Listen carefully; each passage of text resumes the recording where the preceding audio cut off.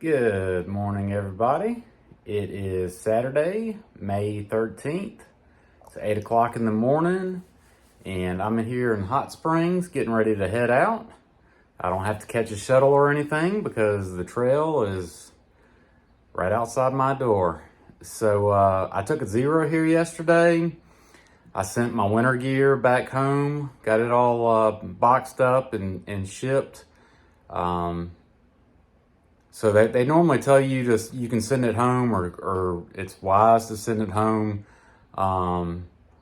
Usually around Mount Rogers, some people send theirs home as soon as they get out of the Smokies. I guess it really just depends on what time of year you start, what the weather looks like. So I'm sending mine home in Hot Springs, looking at the weather forecast over the next week and just the way things have been, what I've been using, haven't been using. I feel comfortable with doing that. So I still have a puffy jacket that I'm going to keep with me the entire trip. So I have that, and I have rain pants if I need something to cover my legs. But for the most part, during the day when you're hiking, even if it's cool or windy out, you stay fairly warm. The only thing I've really been using is like a mid-layer fleece, but still shorts, even when it's cold and windy. So I'll have I can either put my rain jacket on or I can put the puffy on if I get cold. So I'll be fine. But I sent home my hiking pants, my thermals, that kind of stuff. So got me a new hat here in town at the Outfitter. The other one was just that Braves hat. Hey, go Braves. But it was getting super funky and nasty. But I sent it home. I want to keep it. Maybe get it cleaned up. We'll see. If not, I don't know, I'll do something. I'll hang it on the wall or something. Who knows? But anyway, so, and got things worked out with like the plan for today. So because of the bear activity, aggressive bears just north of here, camping is closed from like mile 280 to around 289, I think, somewhere in that area. So my options were basically to have a really short day, like a 3 or 4 mile day, which, I mean, that would be ridiculous. Or a super long day if I was going to camp tonight. And there's a pretty big climb coming out of Hot Springs if you're heading north. So on days like that, leaving town, there's always a big climb leaving town.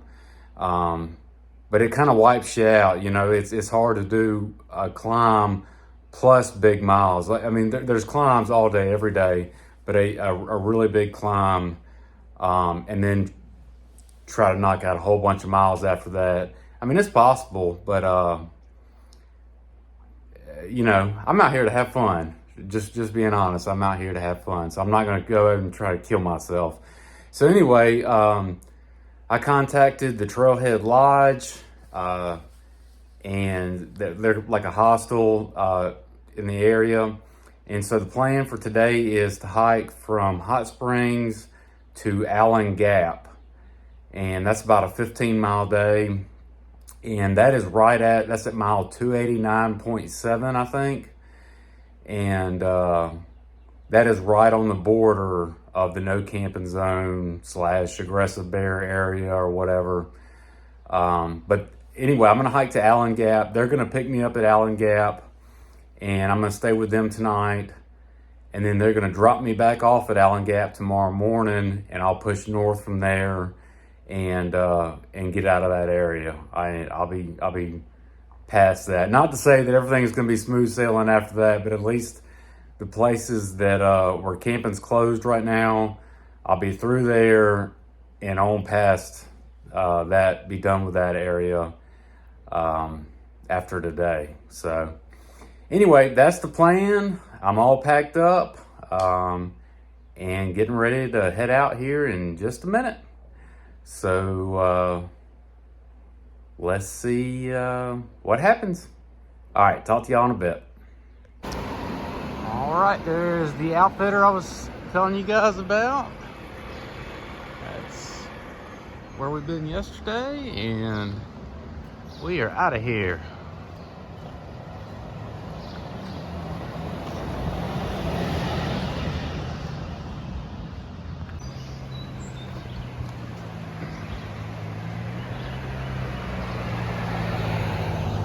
is the French Broad River. We are on the trail right now.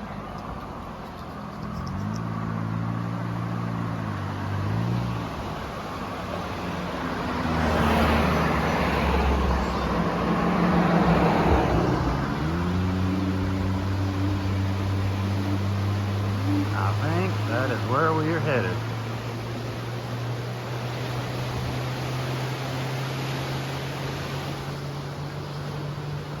And as you can see, right when you cross the bridge, you see the signal to the right with the blazes there. And that is where we are headed.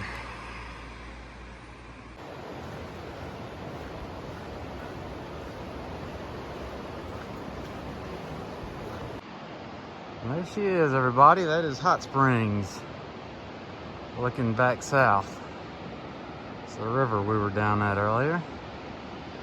And we're not done climbing yet. Just like a little viewpoint. All kind of places like this on the way up, where I imagine the views of Hot Springs are probably pretty good. This is what we got going on this morning. Just up in the fog. That's where we're heading. Still climbing. All right, folks, we are almost up. I think we got like 0.2 to the very top, but this may be the last place we get a look. You can see Mr. Sunshine burning through. Probably in a couple hours be a good view right here. We will not be around to find out. But you can kind of see the town down in there. Not really. It's probably a good view of it on a beautiful day. But we're pretty much back up. So the climb in sections is steep and rocky, but nothing to write no country song about. Nothing like some of the climbs in the past coming out of towns. At least it's not like a half-day climb where it just takes forever. It's you can push through it pretty easy, pretty quick. All right. So I don't know if you can tell or not, but I have made some minor gear adjustments. I don't know if you remember, but I normally had a water bottle sitting right here on my pack strap. It's gone, it went back. Mainly because I found that like on the longer days when I was doing like 15+ mile days, I don't know, like just that water, that weight just sitting right there on my shoulder, it started aggravating it. And so I got to where I was moving later on in the day, I would move the water bottle from there to a side pouch on my pack. And just kind of got in the routine the last few days of just keeping the water bottle there throughout the day. And so yeah, I decided that works better for me. And I mean, the little pouch that held the water bottle probably didn't weigh anything, you know, 2 or 3 ounces, but hey, 2 or 3 ounces, 2 or 3 ounces. So that went back right when I very first started. This has been going for a little bit, but I had never really talked about it, I don't think. I had a cell phone pouch on this strap. It's gone. I think maybe I did mention that one earlier, but anyway, I just wasn't using it. I had some gear in it at one point. I had my line and carabiner that I used to hang my food in it and some tent stakes in it. That stuff got moved to a pouch on my hip. And so it freed this one up. And so it was pointless. So sent it back. That was a couple of weeks ago, I think. But yeah, anyway. And got me a new shirt. This is a short sleeve shirt versus that longer long sleeve navy blue one I was wearing. Man, it just even when it was cool out, I don't know if it was the material or the color or what, but hiking in that thing, even when it was cool out, sometimes would just get downright hot. I would take it off and put the fleece on and be comfortable somehow. So anyway, I don't know, it's gone. But yeah, so just making some minor adjustments. And that seems to be like a common thing the longer I'm out here. And I guess as the seasons change and that kind of stuff, I still want to get me a sun hoodie at some point. Probably wait till summer's actually here to do something like that. Maybe I can find one on clearance.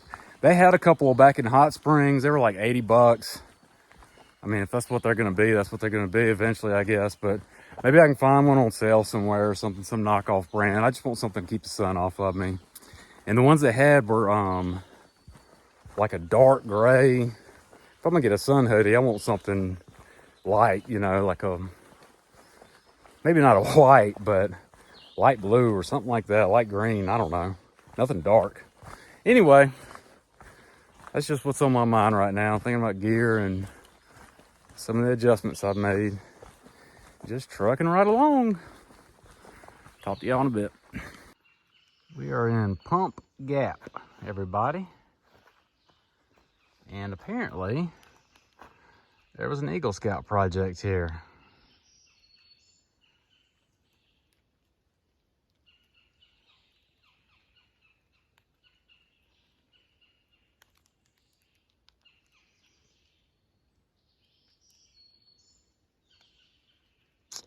Really cool stuff. So we are coming up to this. This is titled A Damned Pond as a waypoint. I've never seen anything like this before on any of the videos I've watched, so I have no idea what this is. We're fixing to find out. Boom. There it is. It's a damned pond. I'll be damned. It's pretty. And there's a bench here. Yep. About to eat a little snack right here. Look at this. And it's shady. Perfect.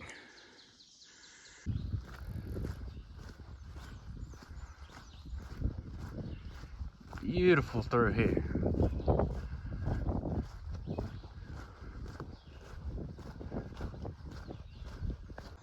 So we just popped out here and we are rolling into Tanyard Gap.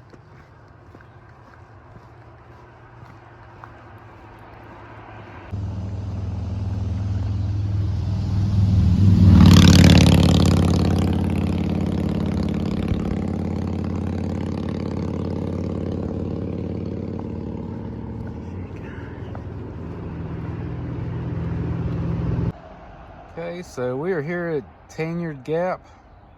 There's actually 13.7 miles. I was wrong earlier. It's 13.7 miles that's closed to camping.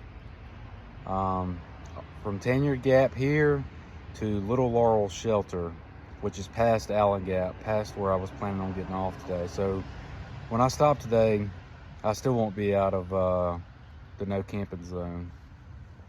But anyway, at least I got somewhere to stay tonight. All right, getting ready to get started.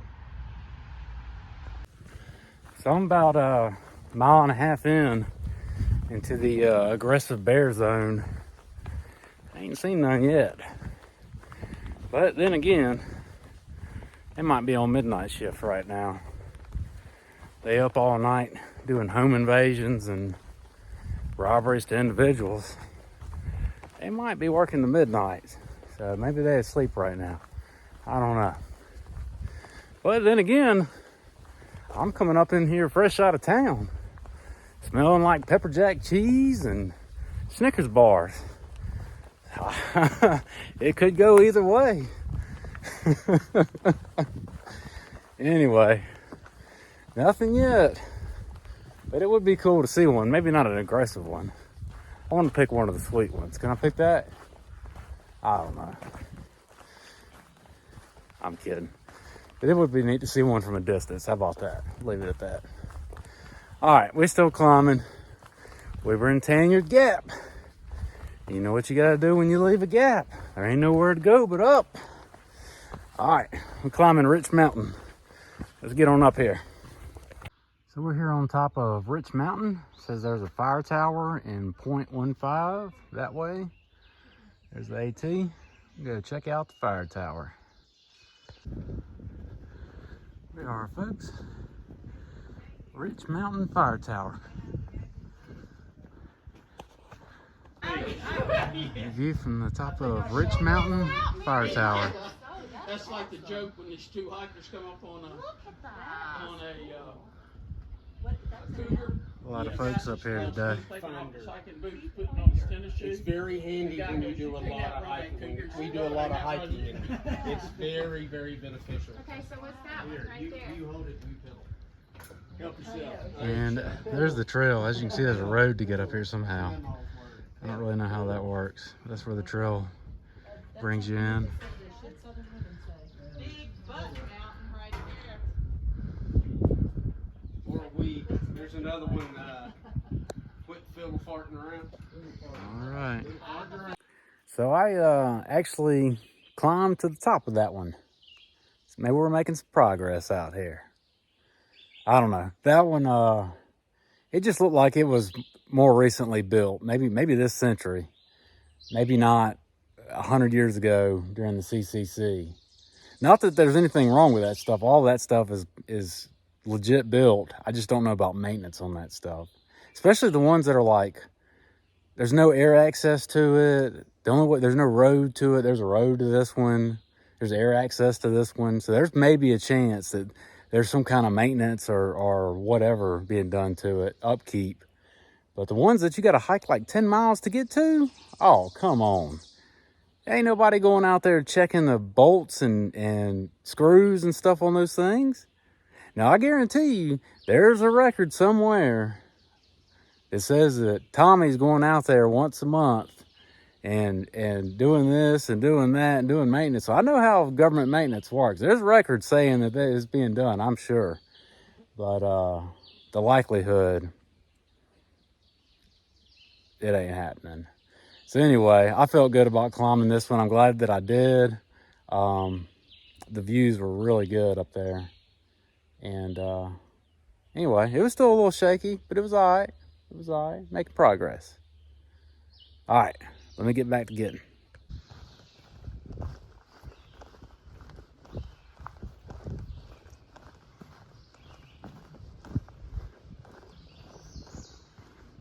Sure is green through here.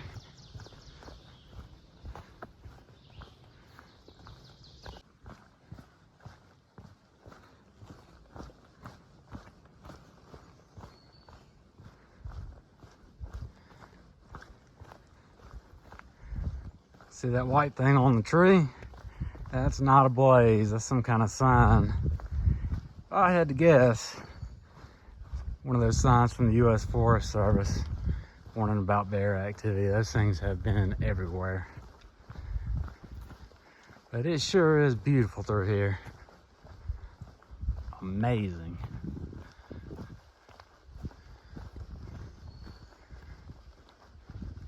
That's what it is, U.S. Forest Service. All right, here we go. Rolling into Spring Mountain Shelter. Looks like there's some people here eating lunch. Obviously it's closed, no camping in this area. But this is it. Kind of a small one. So back there at the shelter, there's 4 people eating lunch, and we noticed that there's a game camera set up at the shelter with like a wireless hotspot on it, so they can get Wi-Fi to it, I'm sure. So the U.S. Forest Service ain't playing around. They're watching, seeing what's really going on. I don't know what that ticket would be, or I don't know if it's a arrestable offense. I have no idea. But they're taking it pretty serious. So I'm super glad that I have plans for this evening, because so Allen Gap, where I'm heading to today, it was advertised by the ATC yesterday that the bear area ended at like mile marker like 287.9. It was something like that. And Allen Gap is like 289 and some change.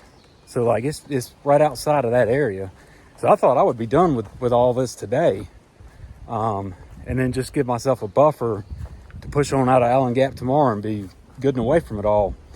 Well, that the postings from the U.S. Forest Service out here have it closed for camping for like 13.7 miles, way past Allen Gap. So people who left Hot Springs with me this morning, and I'm going to Allen Gap, that's a 15-mile day, pretty much. And so these people are having to do like an extra, they're doing that 15-mile day plus like an extra 6 before they can legally camp anywhere. So, I mean, which is not, is at this point in the game, I mean, that's not like something crazy to do or ask somebody to do.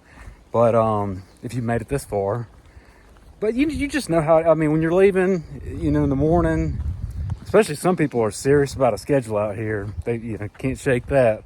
But if you have some kind of idea about what kind of mileage you're going to do for the day, maybe some kind of preconceived notion about where you're going to camp that evening, and then you're like, I don't know, 4 miles in or something, get to Tanyard Gap, and all of a sudden your whole everything changes. The amount of miles you got to hike today, all that. So anyway, I had all that squared away, and I am definitely happy about that.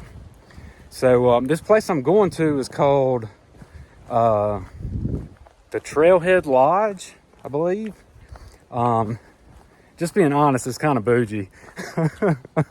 So, but that's the only thing that was available up here, and I think I'm probably the only one going. So I guess I'm doing some platinum blazing this evening, which is okay. But honestly, for the price, I mean, it's about the same as what a hotel in town costs. But you know, when you're out on the trail going, when you're in between towns and you're just getting off at a hostel, you know, that's a lot different than getting a hotel. I mean, that's substantially cheaper. I mean, you're talking about anywhere from neighborhood of like $20, $30, $40 at the most for a hostel. But anyway, that is the game plan. And I haven't really seen any pictures of it or anything. Read plenty of reviews about it on Far Out. It all says the same thing. It's nice, and the owners are really good people. Yeah, I don't think it's like a hotel or anything. I think it's more of like a bed and breakfast type spot, something like that. But I've never met him. But the owner's name is Doug, and supposedly he's like either retired or ex, like Green Beret or something. I think that's what it said. But super good guy so far. Like, everything is very cut and dry. Everything that, you know, if he says something's going to be something the way it is, that's the way it's been so far. He set up Far Out to where I could check in with him, and he could see on the map where I was at. So when I was approaching, you know, Allen Gap, he would know. And that way, if there wasn't any cell phone service or anything like that, he would know to head that way to get me. Just little things like that. Real professional. So anyway, but that's kind of it for now. The wind's picking up, and they've been calling for rain all day, but it has held off so far. I hope I don't talk it up these last few miles. But yeah, so I'm hoping to get there maybe before the bottom falls out. But if not, that's why I'm carrying rain gear. So anyway, let's get on down this trail. This is the intersection of Little Paint Creek Trail. See the double blazes, let you know there's some kind of something going on here. And that's what it is, this trail intersection.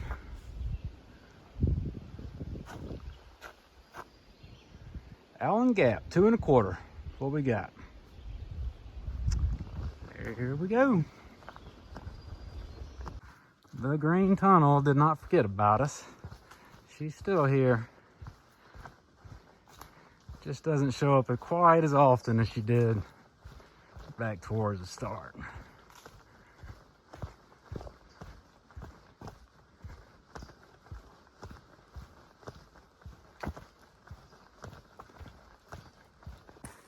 All right, folks.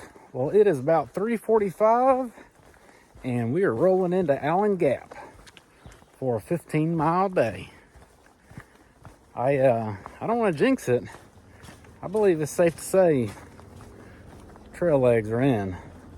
So I could totally do more, but this is where we're calling it today. What's up there, Big Rig? Anyway, yeah, a couple of side notes. I hadn't really mentioned the shoes much, but the Merrell Moab 3s that I got back at Newfound Gap, I didn't want to say anything too soon. Just wanted to see how things worked out, but they're great. No issues, comfortable, getting the job done, fit good, no blisters, no hot spots, none of that. That one blister that I had at the very near the beginning of the trip, it's healed and it's over with, it's gone. And those hot spots that I had from hiking in those camping shoes, they once I got back in a pair of real hiking shoes, they cleared up and they're gone. So all is well with the feet and the shoes. So anyway, I am here and I'm gonna see what the deal is, if my ride's here or not. And when I get here, or when I get to where I'm staying tonight, I'll be sure and show you all around. See you later.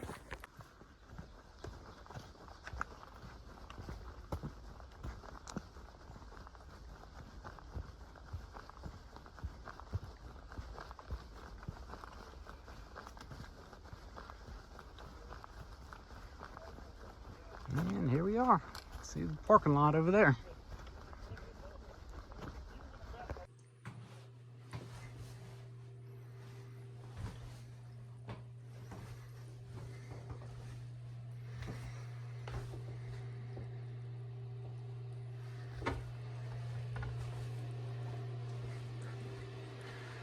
This is me over here tonight. Little bathroom. Looks like a common area. Got some games. Also some bunks.